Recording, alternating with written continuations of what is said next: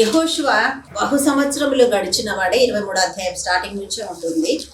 బహు సంవత్సరములు గడిచిన వాడై అతను ఇంకా అనారోగ్య స్థితిలో ఉండిపోయి దేవుని దగ్గర ఇంకా ఆయన దేవుని దగ్గరికి వెళ్ళిపోతానని తెలిసినప్పుడు న్యాయాధిపతులను ఇశ్రాయేలు ప్రజలను ఆయన పిలిపించి వాళ్ళందరి సమక్షములో దేవుని వాక్కును అందుకొని ఏ విధముగా దేవుని ఆశీర్వాదములు అతను అందుకొని ఒక నాయకుడిగా వాళ్ళని ఎలా నడిపించాడో మోషే తర్వాత అవన్నిటినీ కూడా మరొకసారి వాళ్ళందరి ముందు వివరిస్తూ దేవుని యందు భయభక్తులు కలిగి ఆయన మార్గములో మనము నడుచుకొని ఆయన యందు భయభక్తులతో యథార్థ హృదయముతో మనము ముందుకు కొనసాగిన ఎడల దేవుని ఆజ్ఞలను పాటిస్తూ దేవుని కృప పొందుకుంటూ ఆయన త్రోవలలో మనము నడిచినప్పుడు దేవుడు అన్ని కార్యాలు మనకు చేసేవాడై ఉన్నాడు అని ప్రతి విషయంలో ఎక్కడ మనం అబద్ధాలు చెప్పకూడదు.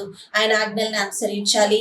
దేవుని మీద మాత్రమే మనం ఆధారపడాలి. ప్రతి విషయంలో దేవుని ముందు సరెండర్ అయిపోవాలి. ప్రతి విషయంలో దేవుడు చెప్పినట్టుగానే మనం చేయాలి. ఈ విధంగా తను ఎలా దేవుడి సహాయముతో ఆయన వాళ్ళందరినీ నడిపించాడో వాటినన్నిటినీ మళ్ళీ ఆయన ఆలోచిస్తూ వాళ్ళ దగ్గర ఈ విషయాలన్నీ వివరిస్తున్నాడండి. ఎందుకంటే ఆ తర్వాత ఆయన బహు సంవత్సరంలో గడిచిన వాడే ఉన్నాడు. ఎప్పుడు దేవుడు పిలుపు అవుతుందో తెలియదు అతనికి.